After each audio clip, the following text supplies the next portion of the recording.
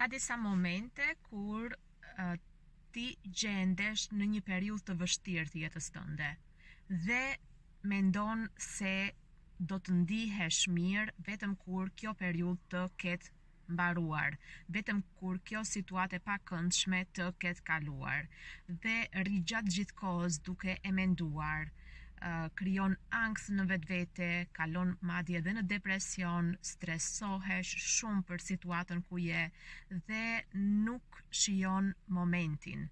Do thoni ju, po si shijohet momenti kur ti ke një stres të madh në kokë?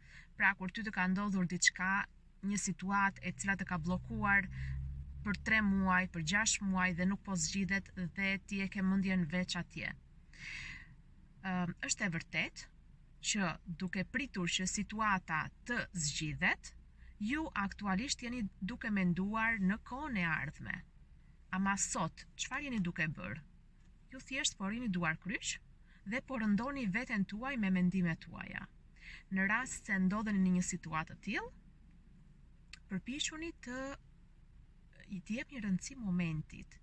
Pra, lexoni një libër për të hequr mendjen, bëni një sport, meditoni, argëtohuni, shijoni kohën me miqt tuaj, dilni të merrni ajër të pastër, bëni ecje, keni një hobi, merruni me kërcim, këngë, valle, merruni me lojra të ndryshme, pikërisht për të larguar mërzitjen tuaj, por dhe duke mos e lënë mendjen tuaj që t'ju shkatërroj çdo ditë duke menduar për situatën në të cilën ndodheni.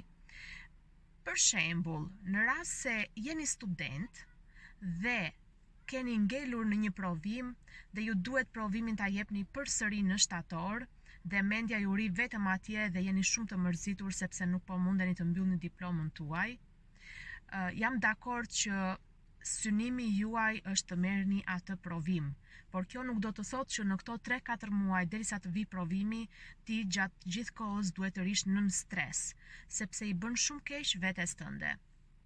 Është shumë e dëmshme për ty.